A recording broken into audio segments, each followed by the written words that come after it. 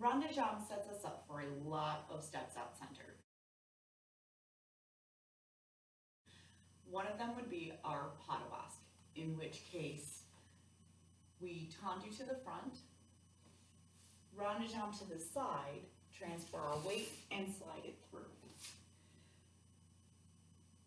This can also go backwards, in which case it would be a tendu back, rond de jambe side, transfer your weight, and slide it back.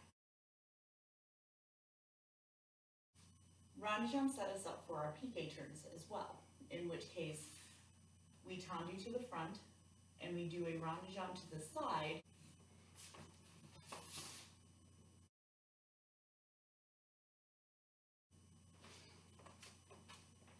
rond de jambes also set us up for fouettes, in which case we would be pulling up through a passe, extending our leg to the front, rond de jambe, and snap it around.